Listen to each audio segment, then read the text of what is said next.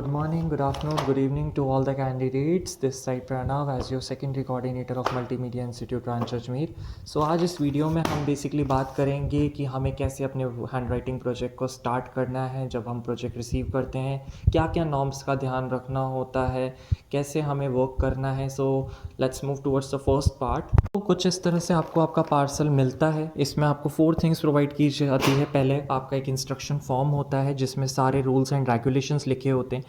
यहाँ पे आपको डेट फिलअप करनी होती है जब आपको प्रोजेक्ट रिसीव होता है. अगर आपको 3 बजे से पहले पार्सल मिल रहा है तो टाइम ड्यूरेशन के अकॉर्डिंगली डेट आपको सेम डे की लिखनी होती है. यहाँ आपके ऊपर बुक कोड नंबर लिखना होता है. जो आपकी बुक होती है, आपको जो कंपनी प्रोवाइड करती है उस पर बुक कोड नंबर दिया गया होता है, वो आपको लिखना होता है. अगर बुक पे नहीं लिखा हुआ है तो पार्सल पे नीचे जहाँ पे कंपनी की सील लगी हुई है वहाँ पे भी ये बुक कोड नंबर मेंशन होता है, तो वो आपको यहाँ पे मेंशन करना होता है. सबमिशन डेट आपको कोऑर्डिनेटर बताते हैं, आपको नोटिफिकेशन दिया जाता है, उसमें सबमिशन डेट भी लिखी होती है. यहाँ पे आपको अपना एप्लीकेंट नेम, एड्रेस और कॉन्टैक्ट नंबर, अपना नाम, अपना एड्रेस और कॉन्टैक्ट नंबर लिखना है. पेपर राइटिंग रूल्स, ये राइटिंग रूल्स हैं जो आपको प्रॉपरली रीड करने हैं. अगर कोई इंस्ट्रक्शन आपको नहीं समझ आ रहा है तो वो आप कोऑर्डिनेटर से पूछ सकते हैं. ये रीड करने के बाद यहाँ पे आपको अपने सिग्नेचर करने होते हैं with including the submission date. Back side में कुछ इस तरह से ये पेपर होता है. इस बैक साइड में आपको correct letters and mistake criteria, कौन से करेक्ट लेटर्स हैं, किस वे में हमें लिखना है, क्या मिस्टेक्स क्राइटेरियाज का ध्यान रखना है, और ये सब चीज़ें देखने के बाद यहाँ पे हमें simply signatures with including the joining date के साथ मेंशन करना होता है.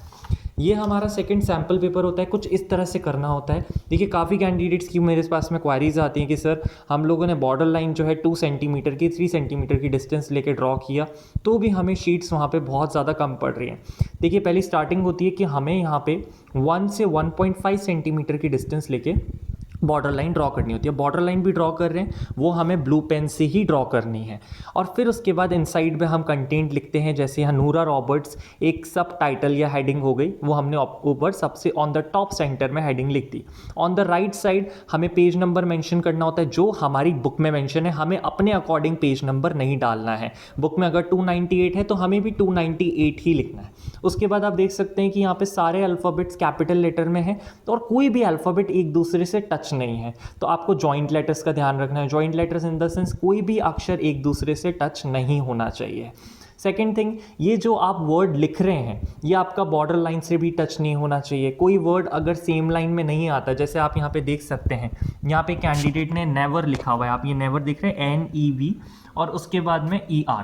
तो यहाँ हाइफन लगा के कैंडिडेट ने जो बचे हुए अल्फ़ाबेट्स ने नेक्स्ट लाइन में कर दिए. तो आप ऐसे भी कर सकते हैं. ओके. अब मैंने क्यों बोला है कि आप 1 से 1.5 सेंटीमीटर की डिस्टेंस लेके ही बॉर्डर लाइन ड्रॉ करिए. अगर आप इसकी डिस्टेंस को इंक्रीज़ करेंगे, अगर आप यहाँ 2 सेंटीमीटर या 3 सेंटीमीटर की डिस्टेंस लेके बॉर्डर लाइन ड्रॉ कर रहे हैं तो वहाँ पे आपको A4 साइज शीट्स की रिक्वायरमेंट ज़्यादा पड़ेगी.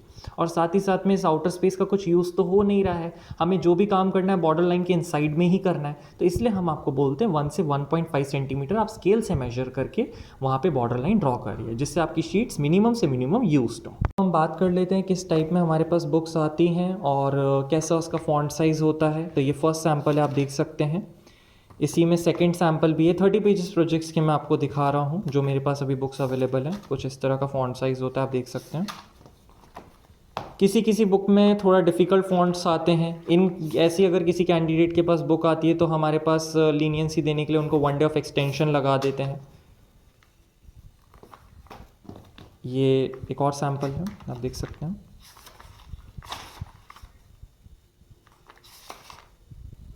बात कर लेते हैं कि वर्क को किस तरह से स्टार्ट करना होता है. जैसे मेरे पास ये सैम्पल है 298 पेज नंबर का और बुक का जो पेज नंबर है वो भी 298 है. ओके, तो हमें किस तरह से स्टार्ट करना है जस्ट इमेजिन कर लीजिए. बेसिकली ये स्टार्टिंग जो होती है वो बुक में लिखी हुई होती है कहाँ से आपको स्टार्ट करना है. यहाँ पे आपके फर्स्ट पेज पे स्टार्ट लिखा होगा तो वहीं से आपको स्टार्ट करना है और जहाँ पे एंड लिखा है वहाँ तक आपको एंड करना है जो भी आपने प्रोजेक्ट लिया है. अब जैसे मैंने एक एग्जाम्पल लिया है 298 का, हमें किस तरह से स्टार्ट करना है और क्या प्रोसीजर्स रहते हैं उसके. जैसे ये है अपना पेज नंबर 298. अब आप लोग देख सकते हैं, पहली चीज़ मैंने आप लोगों को स्टेप नंबर 1 क्या बताया था, बॉर्डर लाइन आपको ड्रॉ करनी है. बॉर्डर लाइन भी ब्लू पेन से ही ड्रॉ करनी है और इनसाइड द बॉर्डर लाइन के जो भी कंटेंट लिख रहे हो वो बॉर्डर लाइन से बिल्कुल टच नहीं होना चाहिए. अब जैसे यहाँ पे एक टाइटल लिखा हुआ है नूरा रॉबर्ट्स, तो ये नूरा रॉबर्ट्स हमने ऊपर ऑन द टॉप सेंटर में लिख दिया. ठीक है, सब टाइटल हो गया. और इधर हमारा यहाँ पेज नंबर हो गया 298. On the top right side हमने पेज नंबर मेंशन कर दिया 298। रिमेंबर वन थिंग गाइस, काफ़ी कैंडिडेट ऐसा करते हैं कि 298 लिखने के बाद इस पर सर्कल कर देते हैं या इस पर अंडरलाइन कर देते हैं। आपको कुछ भी नहीं करना है, सिंपली पेज नंबर जो बुक का लिखा हुआ है वही पेज नंबर आपको लिखना है, ठीक है। उसके बाद आप देख सकते हैं कंटेंट है leave it she can take a lump, okay.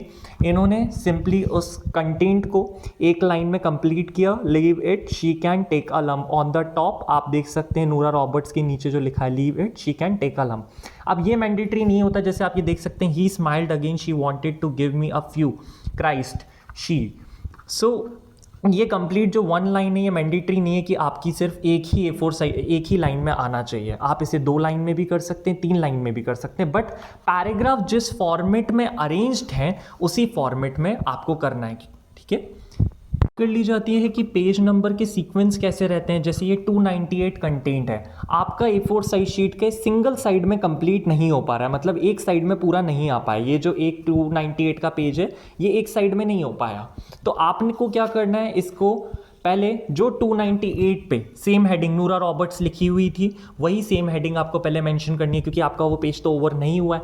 On the top right side आपको वही पेज नंबर मेंशन करना है जो आपकी बुक में लिखा हुआ है। उसके बाद जो कंटेंट बचा हुआ है उसे आप यहाँ से स्टार्ट करेंगे, और नीचे अगर कुछ भी स्पेस बचती है तो वहाँ से आपका ये नेक्स्ट पेज 299 स्टार्ट नहीं होना चाहिए।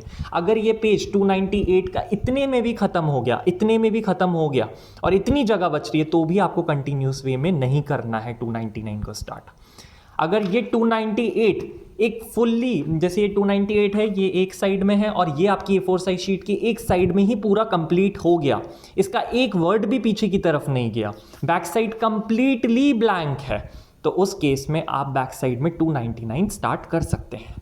कुछ बुक्स ऐसी आती हैं जिसमें सब हेडिंग्स नहीं दी हुई होती हैं, टाइटल नहीं लिखा होता है, तो वहाँ पे आपको डायरेक्टली अगर पेज नंबर बुक में मेंशन है, चाहे वो रोमन नंबर्स में भी क्यों ना हो, तो आपको वो मेंशन करना, और पेज नंबर का जो पोजीशन है वो अपन को ऑन द टॉप सबसे ऊपर राइट साइड में मेंशन करना है, एंड देन उसके बाद आप अपना कंटेंट स्टार्ट कर सकते हैं। काफ़ी कैंडिडेट्स की क्वेरीज ये होती हैं कि अगर हमारे पेज नंबर ही मेंशन नहीं है, बुक आपके पेज नंबर मेंशन नहीं होता है, तो उस केस में आपको हेडिंग्स ना ही पेज नंबर लिखने की कोई ज़रूरत है। जैसा मैंने आपको बता रखा है, पेज नंबर जो बुक में दिया हुआ है वही आपको मेंशन करना है। अगर नहीं मेंशन है तो आपको मेंशन करने की कोई ज़रूरत नहीं है, वहाँ आप डायरेक्ट कंटेंट से स्टार्ट कर सकते हैं। जैसे यहाँ पे कोई हेडिंग नहीं है, ना ही पेज नंबर है, तो आप डायरेक्टली यहाँ से जो यहाँ पे पैराग्राफ स्टार्टिंग है वहीं से आप स्टार्ट कर सकते हैं। नॉर्म्स हैं जो मैं आपको इस वीडियो में एक्सप्लेन करना चाह रहा था। आई गेस काफ़ी कैंडिडेट्स को समझ आ गया होगा। जिन कैंडिडेट्स को प्रोजेक्ट मिल चुके हैं, उन्होंने ऑलरेडी रिसीव कर लिया, उसी के साथ में इस ट्रेनिंग वीडियो के साथ में हम वॉइस रिकॉर्डिंग्स भी उन्हें सेंड करते हैं, जिसमें यही पॉइंट्स को थोड़ा और ब्रीफली एक्सप्लेन किया गया है।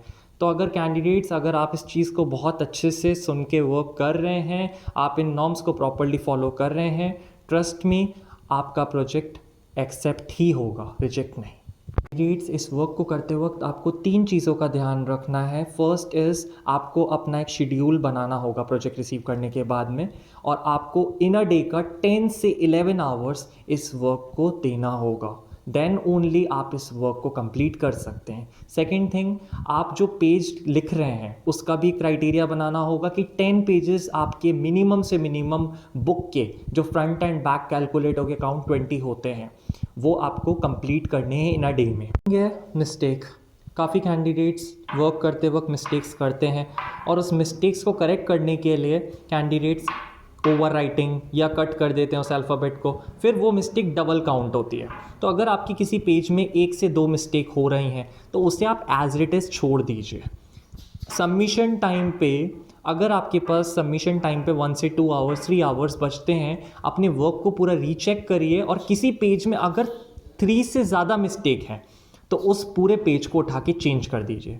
उसमें ये होगा, आपकी जो मिस्टेक्स लिमिट है, जैसे प्रोजेक्ट 1 ऑफ 30 पेजेस की मिस्टेक्स लिमिट टिल 80 तक है, वो 80 से नीचे ही जाएगी। अगर आपकी किसी पेज में 3 से 4 मिस्टेक्स 5 मिस्टेक्स है तो वो काउंट बढ़ेगा और वो अबव 80 जाके प्रोजेक्ट रिजेक्ट होगा। तो इस चीज़ का आप लोग ध्यान रखें।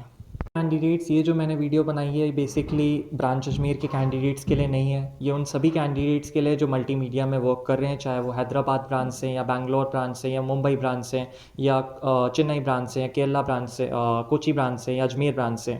उन सभी कैंडिडेट्स के लिए वीडियो बनाई गई है जिससे आप सभी को पता चले किस वे में वर्क करना है। काफ़ी कैंडिडेट्स की कंप्लेंट्स होती हैं, हमें गाइड प्रॉपर्ली नहीं किया जा रहा है, तो हर जगह तो मैं नहीं आ सकता हूँ, ना ही मेरे ब्रांच के कोऑर्डिनेटर्स आपको मिलेंगे। ये वीडियो आप लोगों के लिए है, आप इसे देखें, अच्छे से समझें।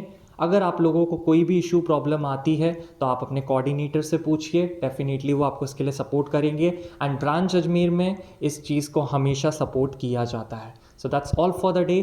Thank you so much. Have a glorious and fruitful day ahead to all.